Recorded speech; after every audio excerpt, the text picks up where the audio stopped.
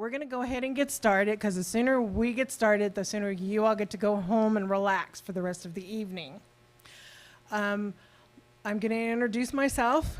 For those of you who do not know, I am Maureen Lawler. I am one of the college counselors. I have the end of the alphabet, L through Z. And this is Jennifer Knapp. She is the other college counselor, and she is the beginning of the alphabet, A through K. And it's based on last names, okay? And tonight we are going to go over the college process.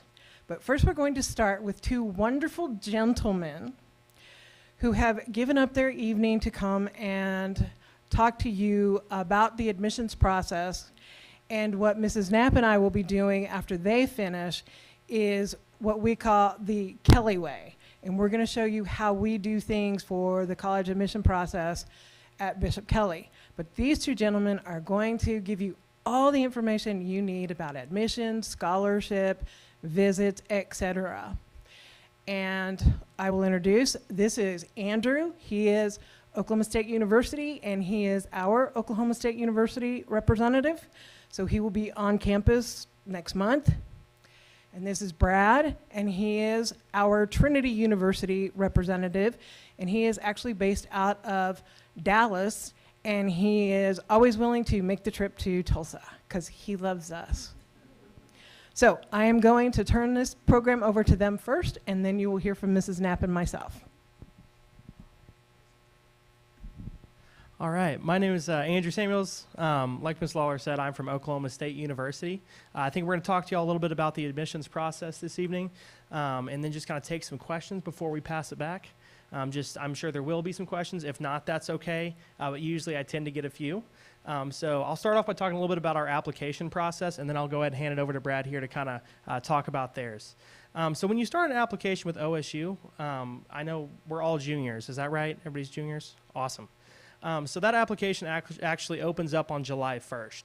And so that's the very first day you can start that process. There are a variety of things that you need for a complete application, the first of which being the application form itself.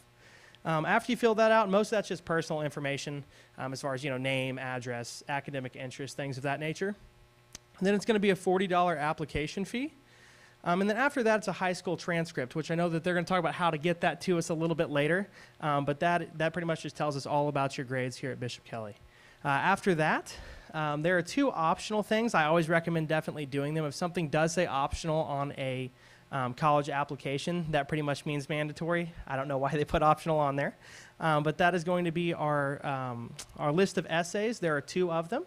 And the last is going to be a leadership and involvement resume. That's just a fancy way of saying, tell us more about yourself. So if you were involved with anything outside of class, that could be a part-time job. That could be sports, theater, music, whatever it is that you do, that's where you would put that information. And so that's kind of, A through Z on how to apply to OSU. I always do end up having questions at some point during the application process, and I can absolutely help with any of that fun stuff as well. But I'm going to give it to Brad for just a second.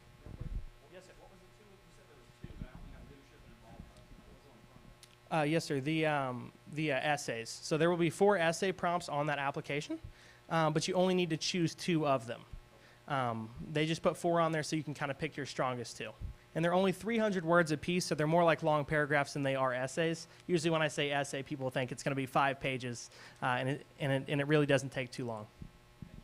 300 words goes quick.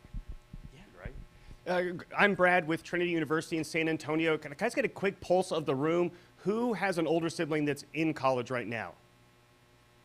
Okay, and who's the first to go off to college? Is everyone else? Yeah. Who's been on a college campus before? All right, who's been on a college campus outside of the state of Oklahoma before? Awesome. Where'd you all go? Marquette. Marquette? Yeah. Loyola.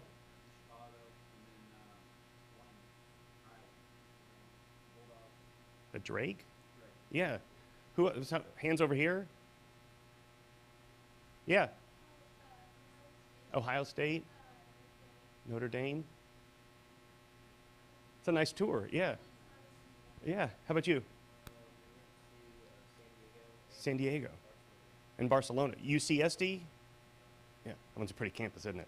Yeah. I asked that just to kind of know. Did you?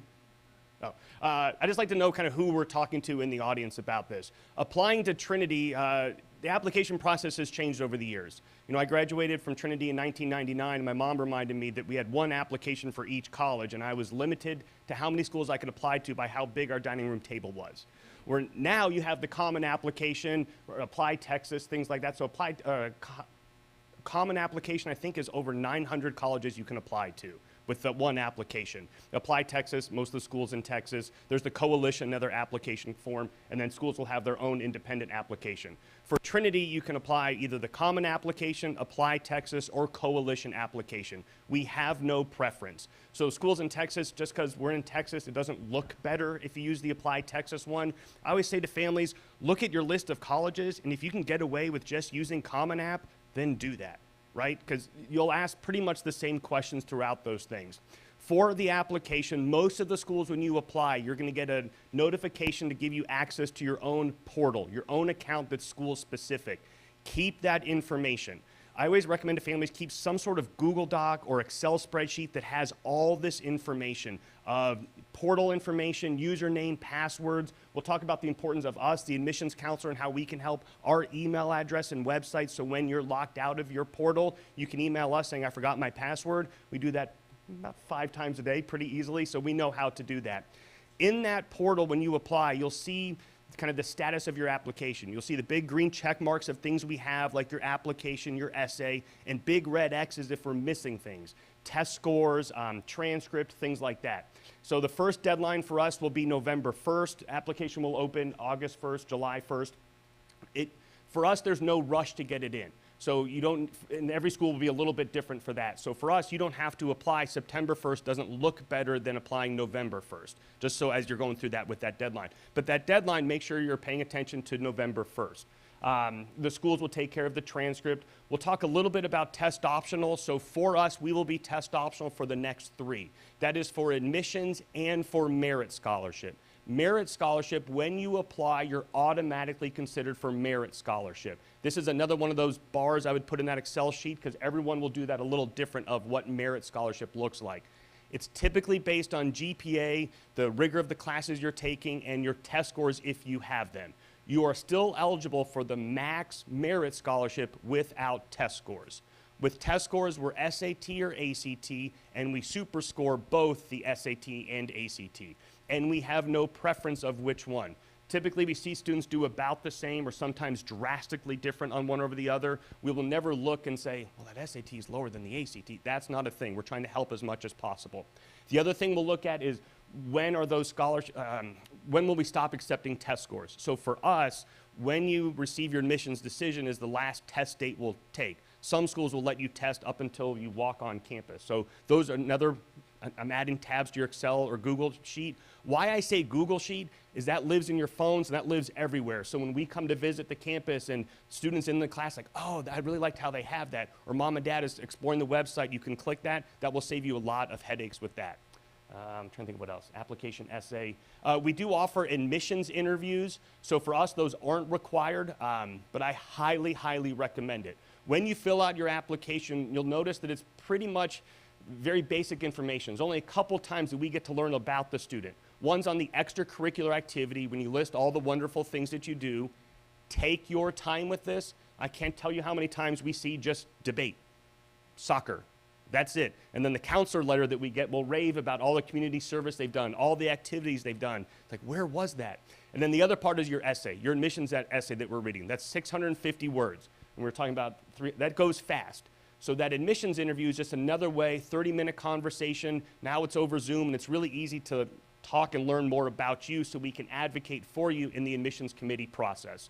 We're pretty good at talking to strangers is what we do for a living, so give us about 5 minutes of awkwardness and that will all go away and we can learn a lot more about you in that admissions interview. And any school that offers them, absolutely take advantage of it.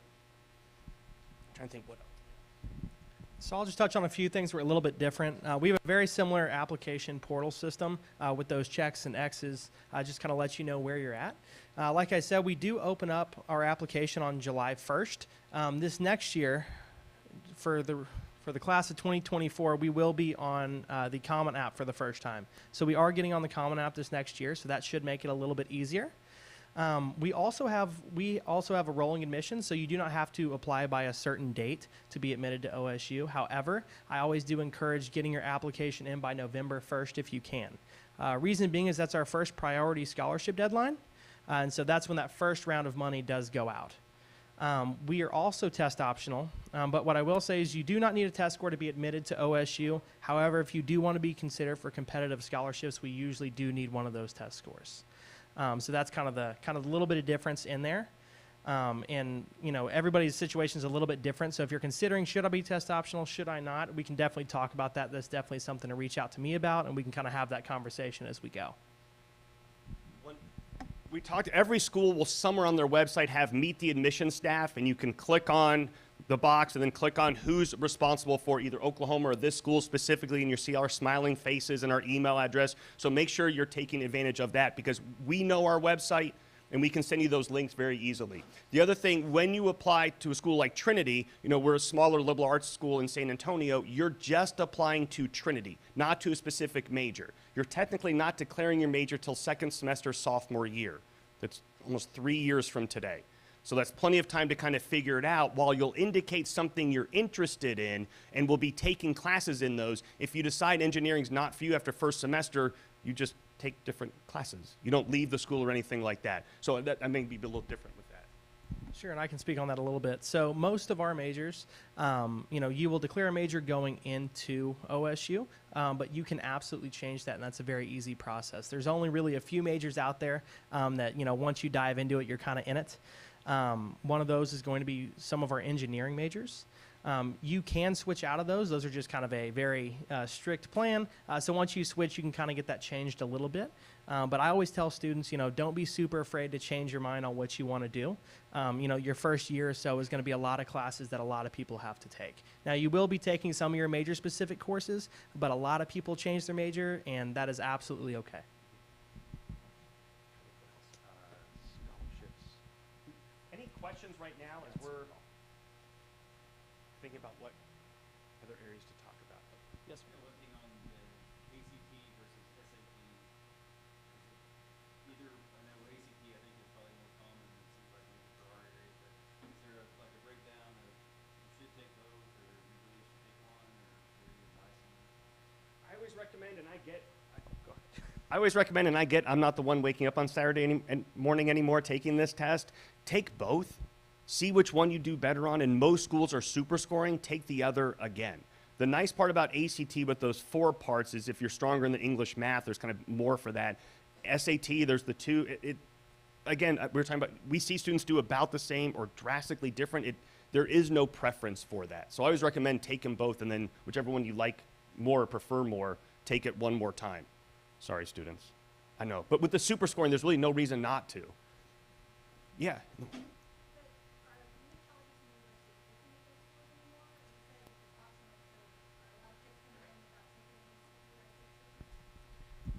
So I know as far as Oklahoma State goes, we do have quite a few students coming in without test scores. So that's not abnormal at all anymore.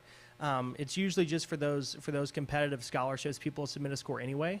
So when you go onto our application, you'll see a little checkbox that'll say, yes, I want to be considered test optional. So you'll select that, and you can be admitted as test optional, so they won't look at your test score for admissions purposes.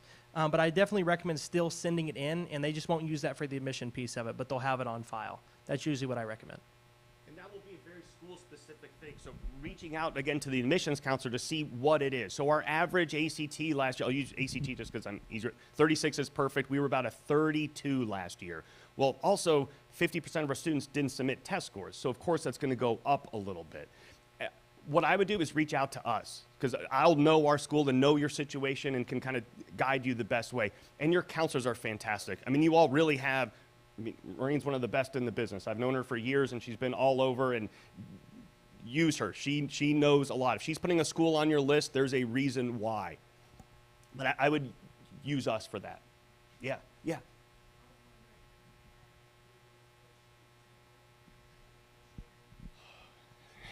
That was my summer project. So I'll send what I have. I'll send what I have. It's not great. Like, it still has a link to a place for the students, but the website of City of Commerce website. Like, that's, I don't know a student alive that even knows what that is. But at least it's something to get you started, majors and stuff like that. So I'll send what I have, but I'm warning you, it's not. It's a work in progress. It's something. It's something, yeah. Yeah. I can hang on to it. Yes. Ooh, I'm gonna let you do that. Yeah. Yeah. So SAT is two parts, math, English, right? So let's say the student the first time has a 600 and 500. Then the next time they go 500, 600. We'll take the 600 from the first test and the 600 from the second and combine it for a 1200. Does that make sense? In ACT, there's 4 parts. I'm not good with math, so I'm sticking with ACT for this one. But the idea, the same thing. If it's 30, 30, 30, 28, and then 30, 20, 20, well, it would be a 30. Does that kind of make sense? Yeah. Application. Yeah. Yeah, so the Common Application is a platform that is what it is, it's a common application that's accepted by several universities. So instead of having a Trinity University application, students can apply via the Common App and just click, click, click. Now, a couple things with that is there may be some school-specific questions in the Common App. So students, you've heard of the essay, there may be what's called supplemental essays, where a why Trinity essay, or some schools will get very creative, and you can learn a little bit about the school's personality with that. One of my favorite references, I think it's Wake Forest still has give us your top 10 list, which I don't know what I would pick, probably favorite barbecue places, maybe just because I'm hungry. But the idea, you get to learn about the school's personality, they get to learn about you a little bit too. But that Common Application allows students, instead of having this big dining room table anymore, just be able to click through that. It'll be and some schools will have various application fees too, so that's something to be mindful of as you're going through this process. And I was also going to add on to that, with that Common Application, once you submit that, like he was saying about each university might have some supplemental things. Our essays and leadership and involvement resume and all those things are still going to need to be filled out on the OSU website. So that's really for just the general application, as well as having all your transcripts sent and things of that nature. One of the things we wanted to talk a little bit about too was visiting campuses. I know it's not always easy to get down to San Antonio. Probably maybe the only good thing of COVID is all of our virtual websites or virtual visits are so much better than they used to be. I'd make the argument that maybe Google Maps was better than what we had before, but now it's really good content to be able to see from a student's perspective. I've known juniors and seniors who've put in a day in a life at blank. And just being able to see a student who's taken the GoPro or their iPhone and just explored the campus just to see what it's like. When you visit a college campus, the 2 things I highly recommend, one, when you're in the dining hall, there's usually big butcher paper of all the activities that are going on. Is there something there that sounds interesting and exciting? And the second is pick up a campus paper. Yes, most actually have campus paper, something hard, tangible you can take. See what the hot topics are, what's going on. And also, as you're exploring the school's majors and on their website, typically in there will be course offerings. So if you're interested in psychology or theater, you may take one class called psychology or one class called theater. It's all these other classes that'll get you interested if that's the degree for you or not just the name on the degree. And I'll kind of touch on that as well. With campus visits, if you can make it in person, make it in person. If you can't, that virtual option's also fantastic. I always recommend to all the families I talk to, before you make a decision on where you're going to go to school for the next 4 years, go step foot on their campus, because that's going to be life for 4 years. And so you want to make sure that that's somewhere that you can see yourself, somewhere that feels like it's you, somewhere where that feels like it's a family community for you. And so that's one of the biggest parts. When I toured college campuses, I went to several. I ended up at OSU. It felt like home to me. It might not for you, and that's okay too. We want you to find where you want to be. And so that's usually the most important thing I can tell people. I always recommend visit in which the environment you will live. I'm from Phoenix, Arizona. I wear this when I'm cold. I visited some schools in the January in the winter that had snow. I was not ready for that. So if that's what you loved, that's fine, but go and experience, the environment in which you will live.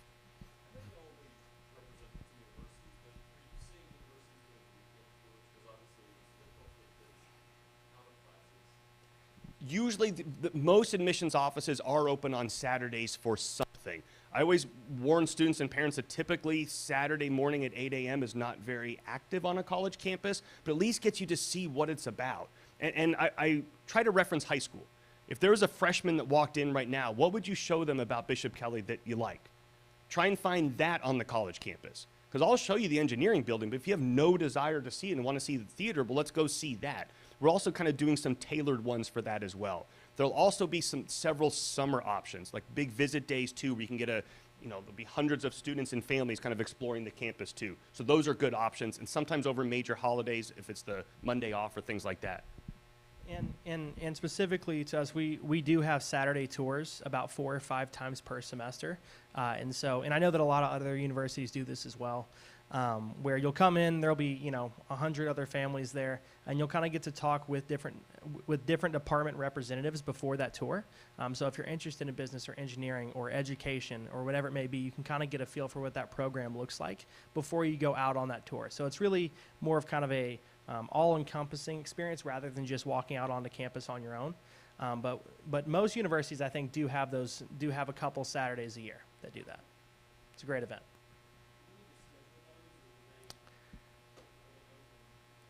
Yes, sir. So usually with campus tours, you can just go on the website. Like if you look up Oklahoma State University campus tour or Trinity campus tour or something like that, there will be a link to sign up. And so once you get registered, you just kind of show up at that day and time, and they'll kind of get you all checked in and ready to go. There's usually 2 big blinking buttons on all of our websites, to visit and to apply. Those are usually the big ones.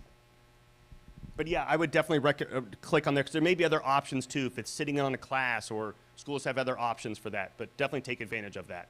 And that also comes back to talking about demonstrated interest a little bit at schools like us, where, I don't know if anyone's heard that phrase, but it's basically us knowing how interested you all are in us. So knowing that you walked on campus or that you've actually registered for the visit, we'd like to see that, if that makes sense. And if you happen to walk on a campus when no one's there, just email the admissions counselor. Oh, I love the fountain, or I love the tower, just to kind of reference that as well. What other questions? About admissions, we talked about visits, scholarship, financial aid. Oh, I will say, I keep forgetting that I have to use this because I think we're videoing this in the back. So, however, at OSU, when you do apply for admission, that application is going to double as a scholarship application. So there isn't anything else you need to be, filling out for those scholarships.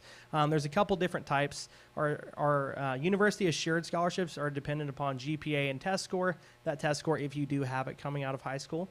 We also have our partnered scholarships, things that you might have heard of, like Oklahoma's Promise or National Merit, things that are kind of managed in conjunction with the university, as well as university competitive scholarships.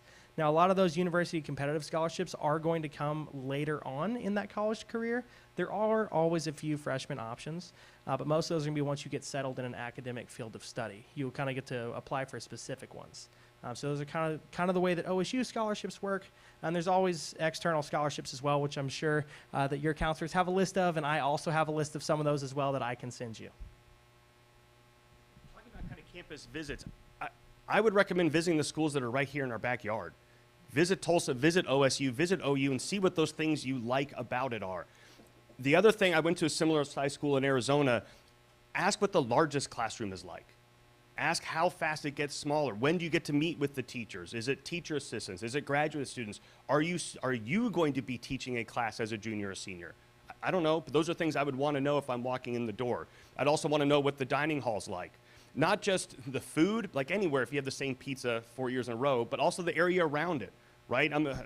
Was it geometry? We had the compass, you put the dot and draw the circle. Like, what's a 15-minute radius around campus? And I always tell this as families, don't let us as schools define big or small, because that's up to you. Like, is this room big or small? That's for you all. And near and far from home. That's a family decision. Right? San Antonio is about 2-hour flight from Phoenix. That seemed like nothing for me. One of my best friends went to another school on the East Coast. It was a plane ride, train ride, bus ride. Well, he transferred in the winter, right? So that was far. So thinking about that as you're defining this as a family, think about that. Yeah. What else? Any other questions right now?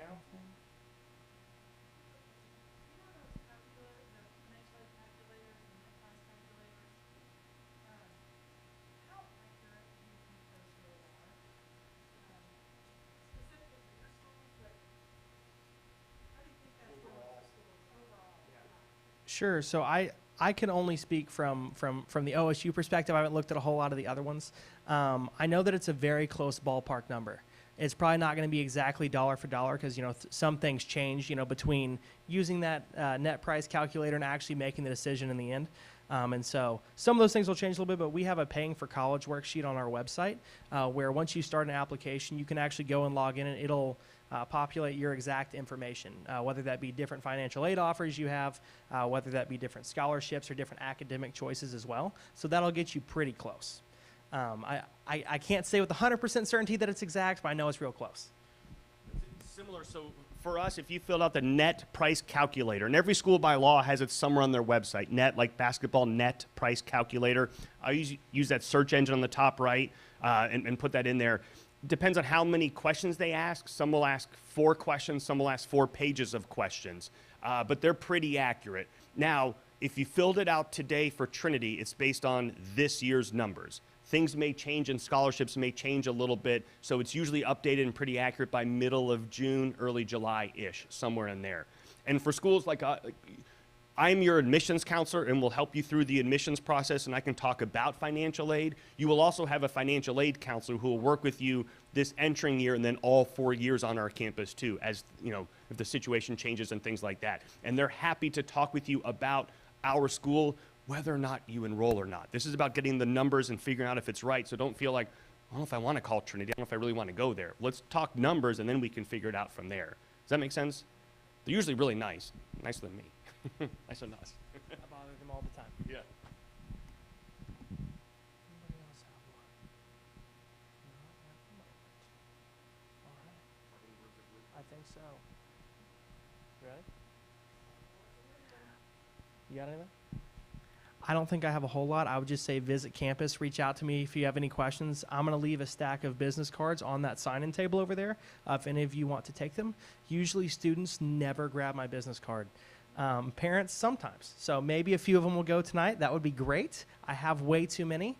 So please feel free to take a few. That's about all I got. I will say have fun with this process. There's a lot of schools out there, and there's a lot of schools that are interested in you and have what you're interested in. And I know it's easy for me to say because I'm not the one applying, and I get the process is kind of weird. Get really excited about a school, apply, then find out if you're in, then find out the numbers all work. We're not even talking about if you're a recruited athlete or art or theater or debate and all that other stuff. But just know this is a fun process, and we are here to help you through that whole process. And with the business cards, there might not be questions right now, but there will be in a month. And then there'll be a whole lot different in a month. So the students right now at Trinity who just found out they got admitted, well, they don't have a lot of questions about application process, but they sure have a lot of questions about student life and things like that. That's where we can come in too and connect you with our students who are living and breathing the campus right now. And any university would be happy to do that also.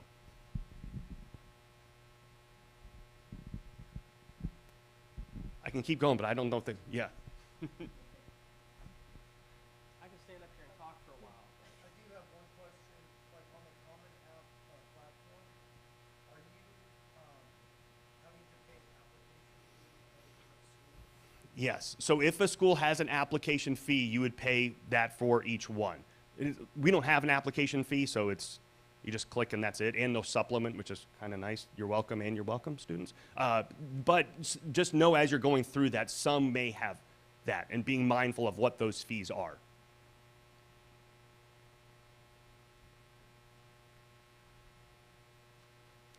Thank you. Thank you.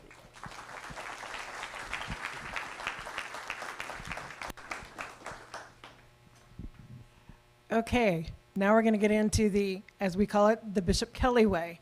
And the first thing I will talk about is testing. May I have one of those sheets?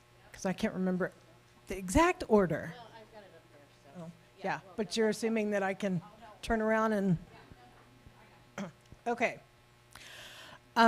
What you will see on this nice little sheet, these are the testing dates for the rest of this school year, both ACT and SAT.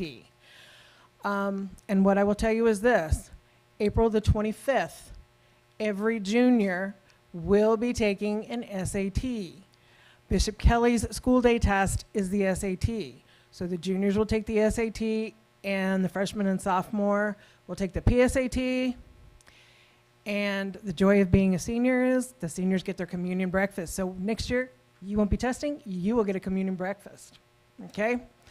So, you are welcome to sign up for any one of these tests. Bishop Kelley does administer the April ACT, assuming we have enough students. Okay? As far as test optional goes, as both Andrew and Brad said, their schools are different when it comes to the testing. We do know that there are a number of schools that are bringing the test score requirement back. We know that MIT did this year, Purdue is next year.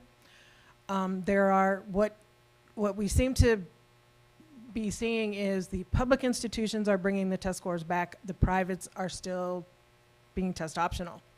The one thing that, and Andrew mentioned this, with OSU, you have to indicate on your application if you are applying test optional or not. In most instances, if you are applying with a test score or without a test score, you need to indicate that. We've had several students who didn't indicate they were applying test optional, and schools thought they were applying with a test score and did not evaluate their applications. So read the application to make sure and mark test optional or not applying test optional. Okay? Most schools are super scoring across the board, both ACT and SAT. Okay? And no one has to take the essay portion of the ACT anymore. Nobody uses the essay. That's the joy of the common application. You get to write that essay instead. Okay? No, because I'm surprised that ACT is still offering the essay. College Board SAT stopped it several years ago, but no, nobody looks at it. Okay, any other questions on testing? Yes, ma'am.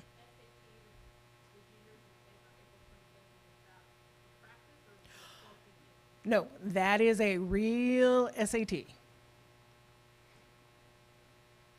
And you don't have to do anything for that. We will, right now the test that we're offering is the paper and pencil version, so we will have the students register here at Bishop Kelley, okay? The ACT, on the other hand, you will have to register for a national test date, and you just go to act.org and pick a test center, create an account, and register. One thing that I will emphasize big time, especially with the SAT. Most of you have taken previous forms of the SAT. You took the PSAT.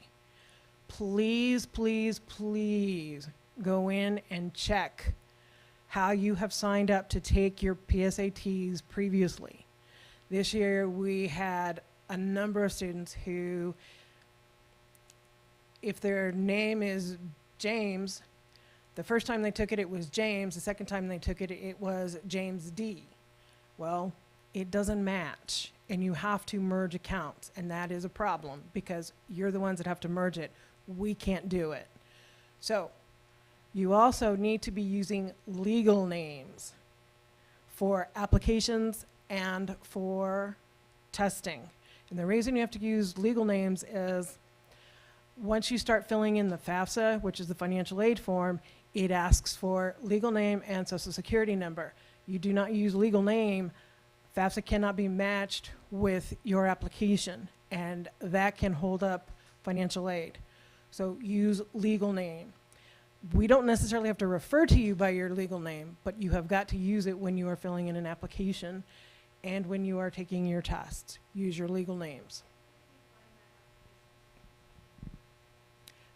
The PSATs, everybody has a College Board account that was created when they took their PSATs, and they should have, okay, this class, when they receive their PSAT and MSQT score, they have an email that has a number that allows them to access their PSAT, and all of their scores should be in there, and you could just go in and like put that access code in, and it'll pull up the PSAT scores.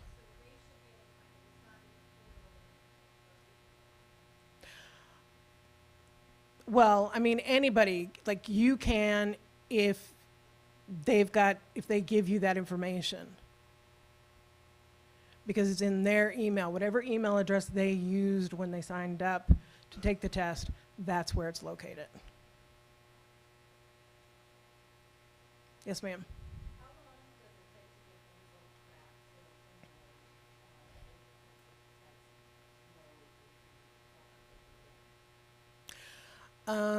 Generally, you can access it in about 2 weeks.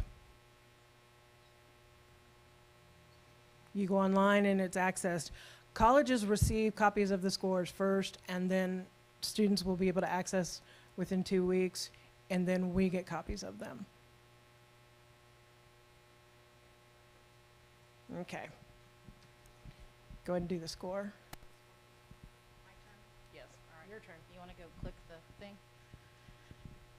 Okay, so here, and most of you know, we use the platform called SCOIR. That is how we manage your documents, your recommendation letters. This is how we get you to update your bios, your list your activities. It's kind of like you're making a resume for yourself. So juniors, the first thing I want you to do is log in. A lot of you already have done that. I have a few that need the link again. So if you do, contact myself or Ms. Lawler so that we can send that link to you, and make sure you update that bio. List your activities, your awards, your achievements, all of those things. That helps myself and Ms. Lawler to write recommendation letters for you. We need to know you a little bit one-on-one, know what you're doing, kind of like what our two reps here said earlier. You will go ahead and hit the next thing for my profile. So there are 3 areas. The second thing I need you to do, if you haven't, is invite your parent. A little screen will pop up.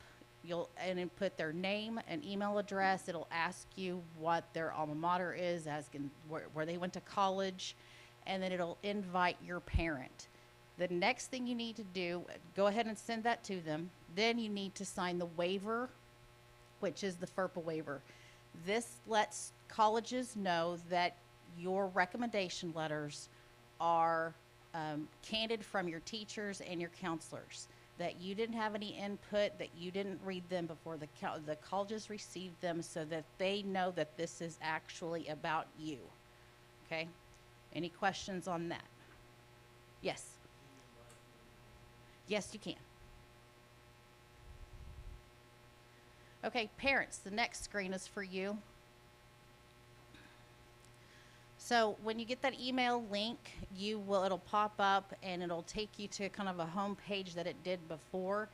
And then you go to My Students. And if you have multiple students here at Bishop Kelley, once they're there, you can click on which one you are looking at. The very first thing that you will see next to their name is FERPA release. We need that signed by you, the parent, so that gives us the legality to send documents to those colleges. If that's not signed, we cannot send transcripts, recommendation letters, or any test scores to those colleges or universities. Okay, so that is utmost important to go. Any questions on that? Okay, also on this screen, I have just created a survey, which is kind of like a brag sheet that the parent will have access to. And we need some input from you to help us write those recommendation letters. And we'll go over that more when we do like individual meetings that we'll schedule later on in the month, where we talk with you guys one-on-one to kind of get acquainted, find out what your path is, et cetera, and then we'll give you more information on that.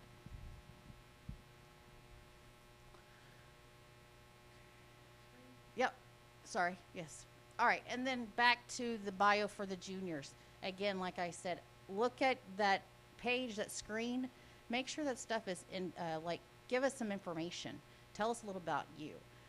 We need to know about you so that, because we have 200 and something juniors, so we can't remember everyone, so we'll need to go back, refer back when we are writing those letters or talking to those admission counselors about you if they call us and ask some questions, okay? And just like Brad alluded to, do not put the word debate in the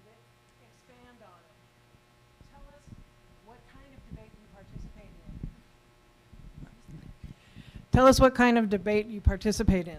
I'm by the speaker. If you are an athlete, don't tell me you just play basketball. Tell me your position. Tell me how long you've been on the varsity team. If you participate in the theater program here, tell me the productions you've participated in. The more information you provide, the better the letter that we can write. Okay? Because obviously we can't go to every Bishop Kelley function. Even if we wanted to, there's no way because they conflict. Okay? So we don't know that information. Now, granted, some of it is on a student's transcript, but all it tells me is, okay, so you're part of the basketball team. Are you a player? Are you a manager? Okay? So give us information. Tell us the things you're involved in outside of school. If you have a job, tell us what you do at your job. You'd be amazed at the things that I can get out of what someone tells me when they do a job, when they have a job. And the other thing, if you are a Boy Scout or a Girl Scout and you are going after your gold, silver, or Eagle Scout, put that in there. Colleges like to see that information. And I don't know how many times I find out via the Bishop Kelley grapevine, well, so-and-so, he got his Eagle Award. Didn't tell me that. And I always put that in my letters. So share information. Parents, some of the best letters I have ever written are with your help. So we do use the brag sheets. And I'm going to expand on what she just said about giving us information. When we send your transcript and we send that information, thinking about a university off the top of my head, not saying names, but 10,000 applicants go in for freshmen and they only have seat for 6,000 of those applicants. They can see GPA and another 1,000 compared to you can be that same GPA. What separates you from that other person? That is what they want to see. So the more information you give us, the better chance you may have into filling one of those 6,000 seats at that school that you want to go to. Okay, so keep that in mind when you're trying to give us that information. Okay, I think next slide. All right, so when you are ready to apply, or nope, this is recommendation letters. At the top of the My Colleges page is application documents. The first thing I want to say to you is when you go to ask for recommendation letters, please make sure you check with your teachers a couple days before you send the request, because it's nice to go and say, hey, would you mind writing this, just to give them a forewarning that they are expecting an email from you. Then you'll go into the application documents. It's at the top of the My Colleges page, and then a pop-up will open. We'll show you this inside the individual meetings, and then you just type in the email, and the teacher's name will pop up, and then it'll say recommendation letter. You can send it to them. Please make sure you give teachers and counselors enough time to write those. My thing is about 30 days, because not only do we have grades, we have other students, we have families, we have other things that we're doing. So make sure you're giving your teachers and counselors enough time to write those letters, because they want to write the best one for you, okay? And then, next slide. Oh, nope, go back. Did I miss something? Add colleges. I'll just wing it on this one. I think I can do it. Right now, you can do suggesting, following. When you get to that area, you can add the colleges that you're thinking about right now. So put that in there. You can, when you look at all of those colleges, you can drop and drag into the applying area, or you can just click on there's like 3 little dots like at Google, and you can just select on that and say you're applying. As soon as you put the college into the applying or applied to category, it notifies us that you are ready for us to send documents. So that lets us know that we'll send your transcript, we'll send your recommendation letters, etc. We will not send test scores unless you tell us to, okay? That is one thing we do not automatically send.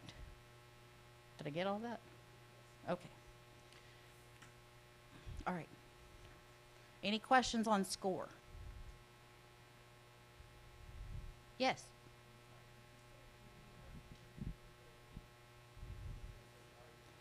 You either already have or your student will be doing that, yes. Yes. So there's a way for them to request these documents from you guys? Is there a way for them to see that they've been completed so they know if that's been done already? I haven't looked at the student side. I know that students come to us and ask us all the time, hey, we're getting, they get emails from students or from colleges that say they haven't received something. So if they do, then they can contact us and find out, and we can see what date they were delivered on. So that is something that we can show them if it's not on their side. That's something I'll look into. Thank you. Yes.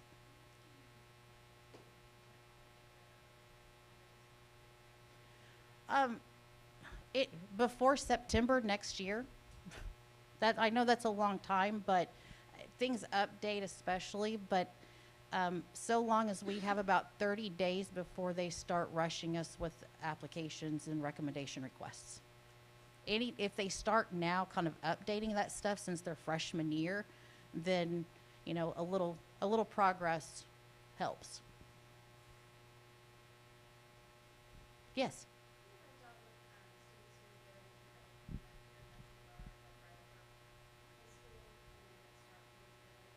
I haven't. Have you? Okay. Oh.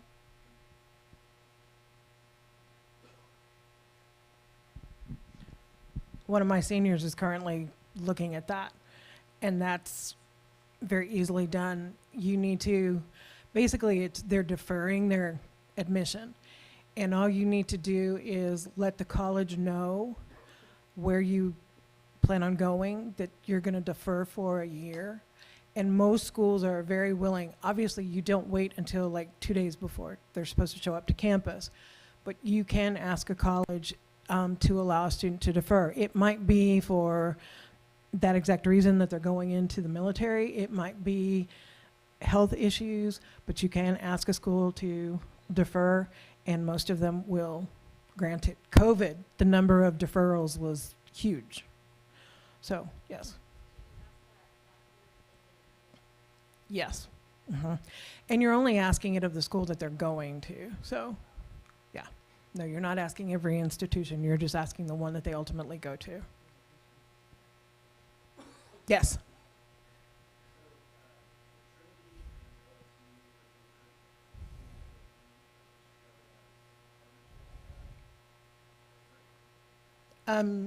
No, we know Andrew and Brad, and they like us, and we asked them. Last year we had OU and NTU, and next year we may ask.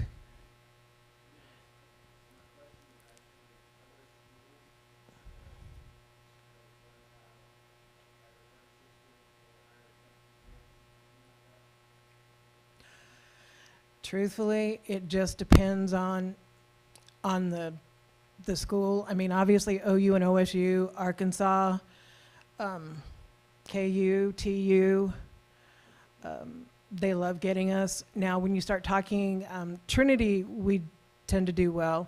But then when you start talking about what are considered the more elite, the Ivies, the Notre Dames, the Georgetowns, it just depends. I would never tell a student not to apply, but I will never stand up here and say, well, yes, you're going to get in. Because we've seen where one year we got 4 or 5 in, and the next year we got 0 in. So, but I will tell you this, colleges and universities like Bishop Kelley students. They come to visit, and they're more than willing to, like, we're planning for career day with the college panels, and we went through SCOIR to look and see some of the schools that our kids had applied to, and we reached out to several of them. Now, granted, it's going to be virtual for them because obviously we can't have some of those universities traveling, like from the East Coast or whatever, but they're willing to, talk with our students virtually. So, and they were very gracious when we asked them to, would you be willing to participate? So they like Bishop Kelley students.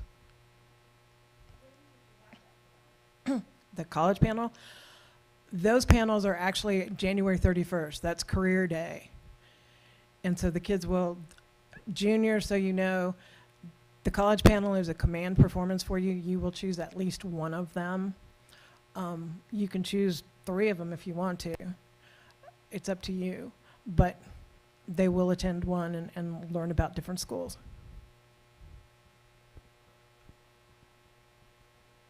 What else? SCOIR is over. Common App information is next. And then, do you want to take that? I don't care. Okay. Gee. Okay. Common App. As Brad and Andrew said, OSU is joining Common App this year. Common App is actually accepted by, Brad was a little on the low end. It's somewhere in the number of 800 schools that use the Common App. In Oklahoma, it is currently OU, Oklahoma City University, and TU. OSU will join next year. But schools like TCU, SMU, University of Notre Dame, most of the Ivy Leagues use the Common App.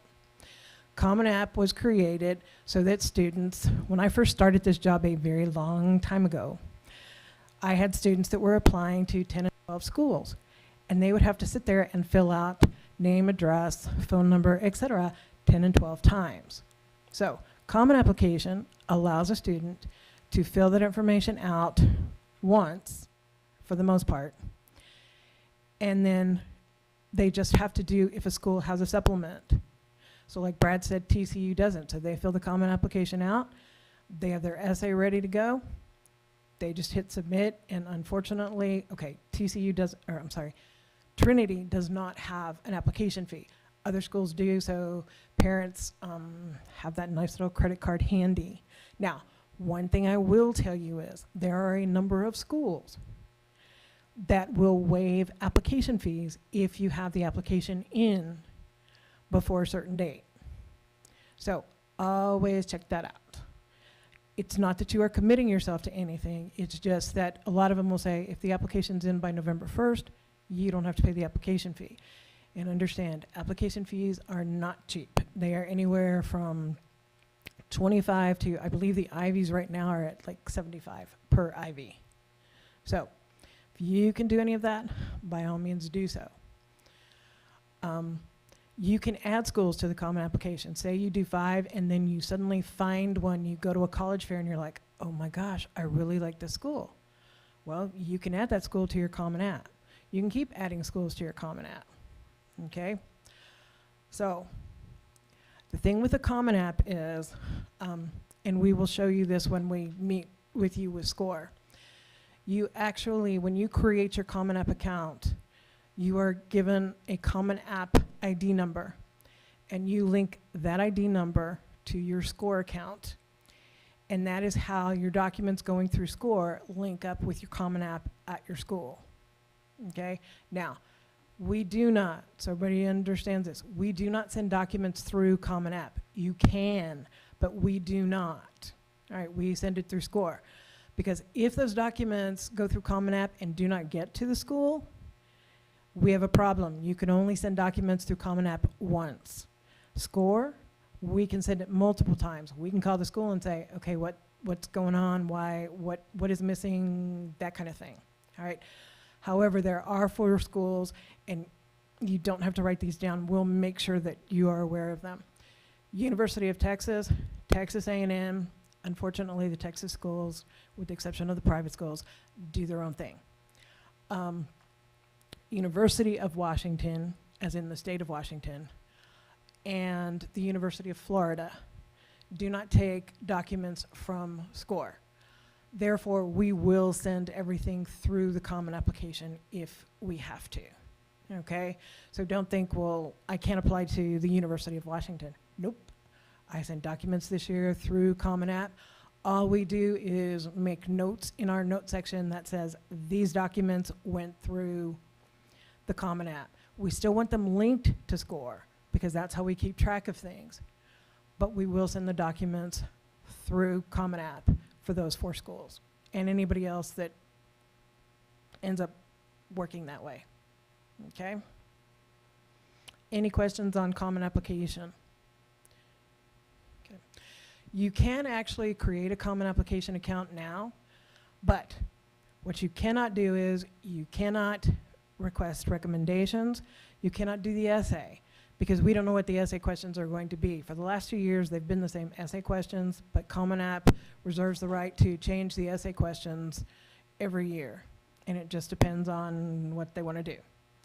You can, however, once those essay questions, they come out later on in the spring, once we're told what they are, we will let students know. You can actually start writing the essay. You just can't upload it into the Common application. You can put it in a Google Doc.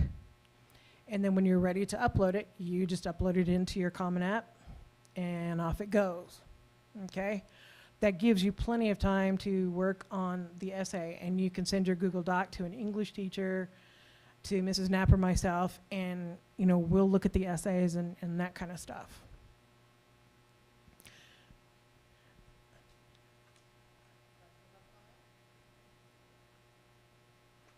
Parchment? Okay. Unfortunately,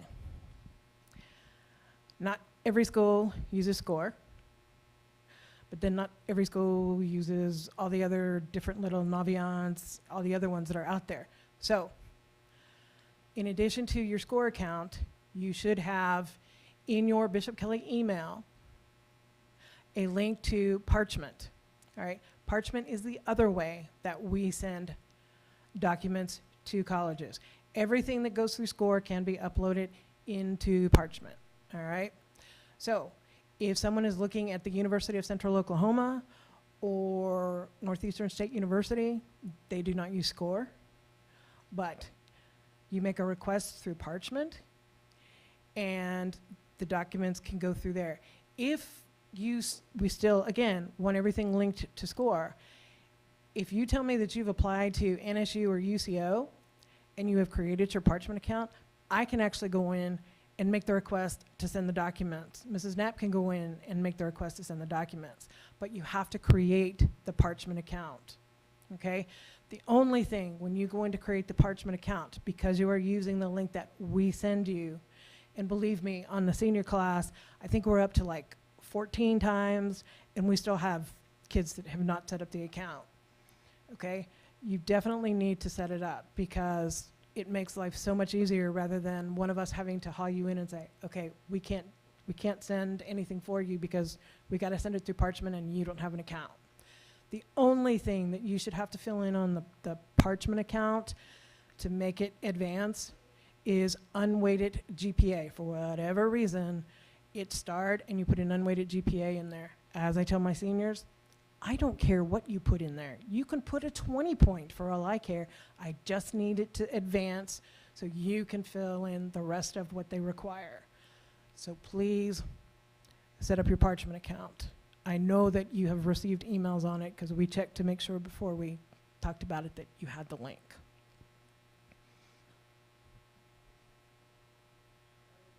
Okay. All right. On the sheet of paper that you all have, we have spelled out the different types of admission, and those are very important because those are based on deadlines, okay? So the first one that you will encounter, it's called early decision. Early decision says I'm applying to my school by anywhere between October 15th to November 1st to whatever. And that means that your application and every other document will be there. Early decision, however, is what they call a binding agreement. In other words, you apply early decision, you will be brought into our offices and we will ask you, are you sure? Because if you are admitted to this school, you will be attending that school. You must withdraw your applications from every other school, and the only way you get out of an early decision admission is if you do not receive the financial aid to attend. And here's the thing, a number of the colleges are getting a little tense on that because net price calculator is there. So you can actually go in and figure out, will I get the financial aid I need to attend the school, okay? And we make sure everybody understands that it is a binding agreement, okay? The next one is early action. Early action says, I am applying by November 1. And congratulations, you got into your dream school, but you still want to consider some other schools and you still need to know what your financial aid is going to be. Okay? Well, the joy of early action is you're not bound to anything. All it is your dream school is Notre Dame. You got in, but maybe your parents say, hey, we can't afford Notre Dame until we see what the financial aid package is, so you have to have backups there. Okay? That's early action. There are a huge number of Bishop Kelley students that apply under early action. Okay? Then you have what is referred to as a regular decision. Regular decision says anywhere between January 1st to, there are some schools that have deadlines of March 15th. You find out anywhere between the end of March, the beginning of April, and you have until May 1st to say, yes, I'm coming here, no, I'm not coming here. You will also receive your financial aid award package at that time and make a decision. And then you have what OSU is, and it's called rolling admission. OSU, you submit the application, and generally within 2 weeks, you have an admission decision. You're not committed to anything. You still have until May 1st, but you know that I got into OSU, okay? KU, Arkansas, they're rolling admission. Okay, OU is not. Takes them longer. Okay, so if you have questions about what to apply under, ask us. Contact the schools.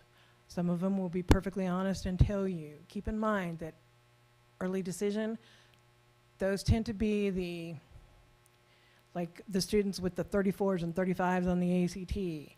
And the strong grades and the over-involvement, and you wonder how they're not sick because they're so involved, okay? So keep that in mind. Any questions on that?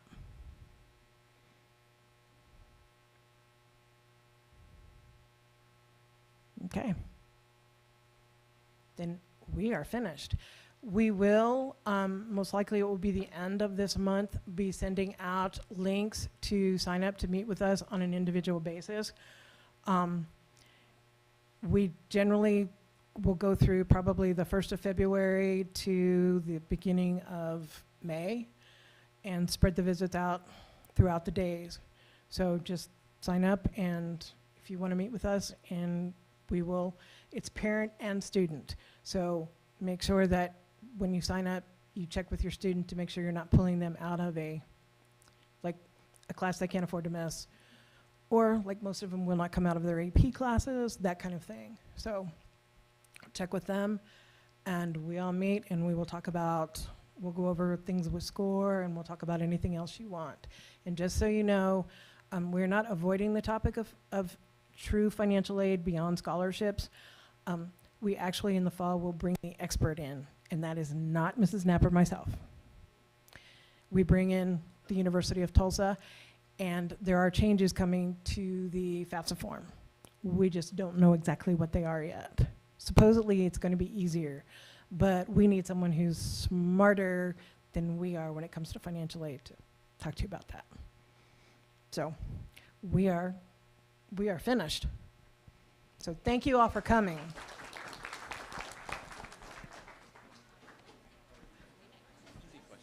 I'm David Wildman.